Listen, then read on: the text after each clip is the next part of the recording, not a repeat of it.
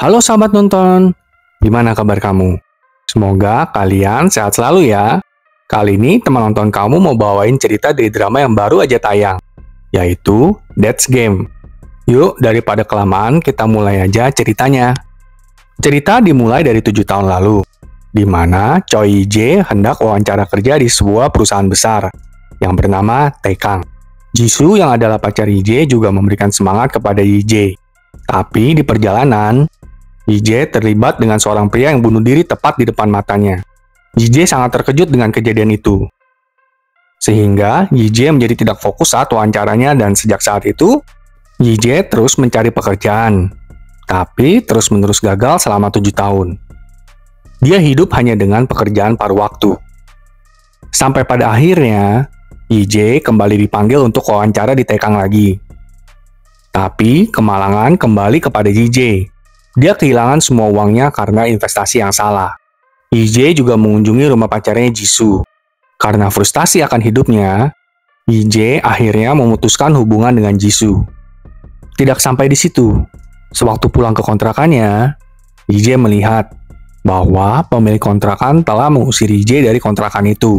Ditambah lagi, Jae mendapatkan notifikasi kalau dia gagal melewati babak terakhir wawancara kerjanya. Oleh karena itu, Jae menjadi benar-benar putus asa, karena dia tidak dapat lagi menahan rasa sakit akibat kegagalannya. Jae begitu putus asa dengan kehidupannya. Dia seperti merasa berjalan di tempat, tapi orang lain terus melangkah maju. Akhirnya, Jae memutuskan untuk mengakhiri semua rasa sakitnya dengan bunuh diri. Dia melompat dari gedung dan mati. Tapi, tiba-tiba Jae berada di dalam pesawat dengan wujud orang lain. Lalu, bertemu dengan wanita misterius. Lalu wanita itu membawa ke sebuah tempat gelap yang terlihat seperti neraka. Di sana, Jae mengetahui bahwa dia akan dihukum oleh wanita itu yang disebut dengan maut. Karena Jae melakukan dosa, yaitu mengakhiri hidupnya sendiri. Wanita maut melemparkan Jae ke dasar lautan yang berisi makhluk-makhluk yang nampak seperti monster. Kemudian, Jae kembali lagi ke dalam pesawat. Dan wanita maut memberitahunya bahwa Jae akan mati sebanyak 12 kali. Jiwanya akan memasuki tubuh 12 orang yang menghadapi kematian. Tapi, jika Jae berhasil menghindari kematian yang orang-orang itu hadapi, maka Jae bisa terus hidup dan menjalani sisa hidupnya di dalam tubuh orang itu. Walaupun sebenarnya Jae sudah tidak mau hidup, karena dia merasa hidupnya seperti neraka. Dan hal itulah yang membuatnya untuk bunuh diri. Hukuman pun langsung dijalankan. Jae memasuki tubuh orang lain pertama bernama Park Jin Tae. Saat memasuki tubuh orang lain, Jae akan mendapatkan memori dan kemampuan yang dimiliki orang itu. Park Jin Tae adalah putra kedua CEO Taekang dan seorang penerus Taekang. Namun sepanjang hidupnya, dia harus bersaing dengan kakaknya untuk menjadi pemimpin perusahaan di Taekang. Karena masuk ke dalam tubuh seseorang yang kaya raya, Jae jadi bersemangat untuk menjaga tubuh Jin Tae. Tapi tidak diduga sayap pesawat mengalami kebakaran. Bahkan bagian pesawat berlubang. Jae dalam wujud Jin Tae pun terbakar hangus dan bangun kembali dalam wujud Jae. Si wanita maut mengatakan kalau ada 11 kematian lagi yang harus Jae alami. Tandanya adalah dengan jumlah peluru yang tersisa. Jika peluru itu ditembakkan, itu artinya Death Game dimulai. Dan bola aneh yang masuk ke dalam tubuh Jae artinya menandakan bahwa ingatan dan kemampuan pemilik asli akan dipindahkan kepada Jae yang hidup dalam wujud orang lain.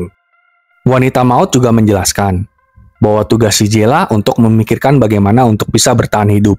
Wanita maut pun mengatakan kalau sampai akhir Jae tidak berhasil menyelamatkan tubuh orang yang dia masuki, maka Jae akan segera masuk ke neraka. Wanita maut langsung membawa Jae ke neraka agar Jae tahu neraka itu seperti apa. Karena neraka begitu tak tertahankan, Jae menangis sejadi-jadinya. Tapi wanita maut mengatakan kalau Jae bisa saja mempertahankan tubuh yang dia masuki agar Jae tidak masuk neraka. Tanpa banyak bicara lagi, wanita maut langsung memulai babak kedua. Kali ini, Jae memasuki tubuh seseorang yang lain bernama Song Jae-sop. Dia adalah seseorang yang gemar melakukan olahraga ekstrim. Dan kali ini, Jae-sop melakukan skydiving. Dia berencana untuk menjatuhkan dirinya dan mendarat tanpa parasut ke tempat yang sudah ditentukan. Karena jika berhasil, J-Shop akan mendapatkan 3 miliar tunai dari sponsornya. Tindakannya pun disiarkan di TV. Dan saat akan menuju ke lokasi pendaratan, J-Shop meninggal seketika itu juga karena gagal. Karena tubuh kedua juga gagal, YJ kembali ke tempat wanita maut berada. YJ juga kembali bernegosiasi agar diberitahu cara untuk selamat. Tapi wanita maut itu mengatakan kalau YJ sudah membuat dosa yang sangat besar. YJ diminta untuk mencari tahu sendiri apa dosanya itu. Kalau YJ gagal, maka dia akan langsung masuk ke neraka. Bahkan setelah YJ selamat dari semua ini, wanita maut langsung menembak kepala YJ agar dapat memulai babak berikutnya. Kali ini, YJ menjadi Kwon Huksu, seorang siswa yang dibesarkan oleh ibu tunggal. Hyuksu menjadi bahan bulian di sekolahnya. Dan Hyuksu berniat untuk bunuh diri. YJ yang mengetahui hal ini lalu berniat untuk melawan para pembuli itu. Tapi tidak berhasil. YJ mencoba mencari cara untuk bertahan. Pertama, YJ mencoba mengadu domba kelompok yang membulinya. YJ pun mengetahui bahwa ternyata si pembuli itu mempunyai backingan siswa senior yang paling ditakuti di sekolah. YJ pun akhirnya membuat rencana yang membuat si pembuli merasa ditinggal oleh kelompoknya. Karena Jinsang merasa dicuekin oleh teman segengnya, Jinsang meminta tolong kepada seniornya untuk memberi pelajaran kepada Hyuksu. Si senior itu langsung mendatangi Hyuksu bersama dengan kelompoknya. Tapi, karena melihat Hyuksu terlihat lebih lemah dari si pembuli, sang senior pun jadi marah dan meninggalkan si pembuli. Setelah kejadian itu, Hyuksu tidak pernah dibully lagi. Hyuksu mulai olahraga di malam hari. Lalu, si pembuli dengan mabuk mendatanginya. Hyuksu tentu acuh tak acuh menanggapi pembuli itu. Karena tidak suka dengan tindakan Hyuksu yang menyebabkan dirinya merasa menjadi seorang pecundang dan dikatai orang bodoh, maka si pembuli membunuh Hyuksu dengan tiba-tiba dari belakang. Karena Hyuksu lengah. Karena gagal lagi, YJ kembali kepada wanita maut itu. Tidak terima karena dirinya terus gagal, YJ menyerang wanita maut dengan kata-katanya. Tentu saja wanita maut itu memberi YJ pelajaran. YJ kemudian masuk ke babak keempat. Kali ini, YJ masuk ke dalam tubuh seorang pria yang sedang disiksa. Pria ini bernama Lee Ju-hun. Dia seorang yang mahir bela diri dan bekerja untuk gangster.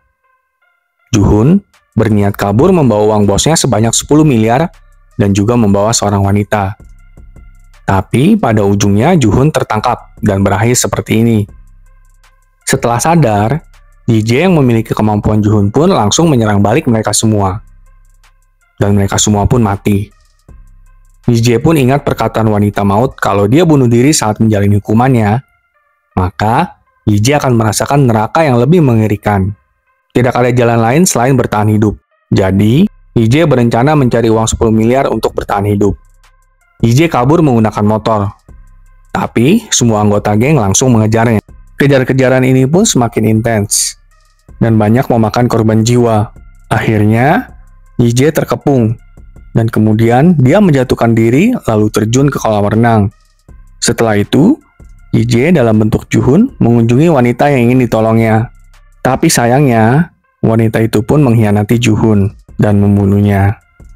Karena gagal pada misi keempatnya, YJ pulang lagi kepada wanita maut.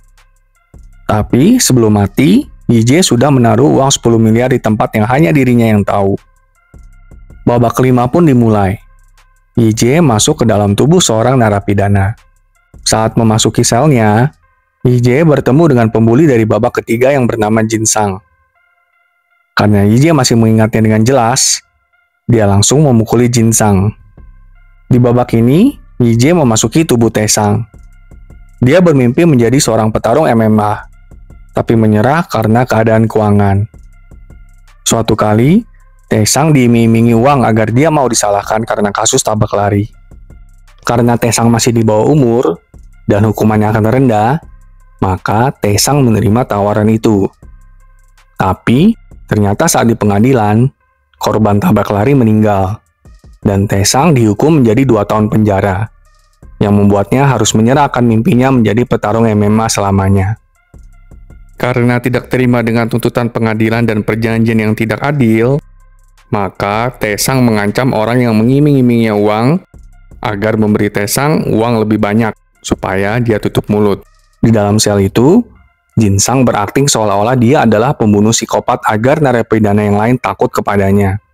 Tetapi, karena Taesang adalah Yije, dia tahu kalau Jinsang bukanlah psikopat. Yije kemudian membongkar kedok Jinsang. Dari sana, Jinsang terus dibully oleh narapidana yang lain. Tapi, tantangan Yije tidak sampai di sana. Orang yang mengiming-iminginya uang membayar para narapidana lain untuk membunuh Yije. Untung saja dengan tubuh Taesang, Yije dapat melawan para narapidana itu. Malam harinya, Jinsang menyiapkan alat untuk membunuh Yije. Namun, hal itu diketahui oleh Yije.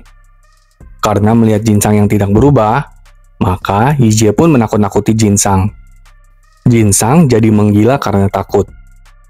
Keesokannya, saat hari pembebasan, Yije didatangi oleh pria yang mengiming-iminginya uang untuk memberikan uang kepadanya. Karena Yije ingin hidup tenang, dia melepaskan uang itu dan segera mencari 10 miliar yang telah dia sembunyikan di babak keempat. Setelah mengambil uangnya, Yije memikirkan apa yang akan diperbuat dengan uang itu. Ibu Taesang menelponnya dan memintanya untuk pulang. Yije pun memutuskan untuk pulang dan menaruh uangnya di loker stasiun. Tapi, isi dari loker akan disita jika disimpan lebih dari 4 hari. Saat perjalanan pulang ke rumahnya, ayah dari korban tabrak lari menusuk Yije dengan pisau. Karena ayah korban mengira kalau Yije yang menabrak putrinya. Sebelum sempat menjelaskan kebenarannya, teman sel Yije yang sudah dibebaskan ternyata muncul, menusuk dan membunuh Yije karena uang. Gagal lagi untuk yang kelima kalinya, Yije menghadap wanita maut lagi. Sebelum wanita maut menembakkan peluru ke kepala Yije, wanita maut itu menyeringai kepada Yije. Masuk babak ke-6. Ternyata Yije menjadi seorang bayi. Kita jadi tahu maksud dari senyuman wanita maut itu. Yije yang menjadi seorang bayi menjadi frustasi. Karena kemungkinan dia tidak dapat mengambil uang yang dia simpan di loker stasiun. Tidak disangka, saat Yije digendong oleh ibunya ke mobil, ibunya marah-marah seperti orang gila.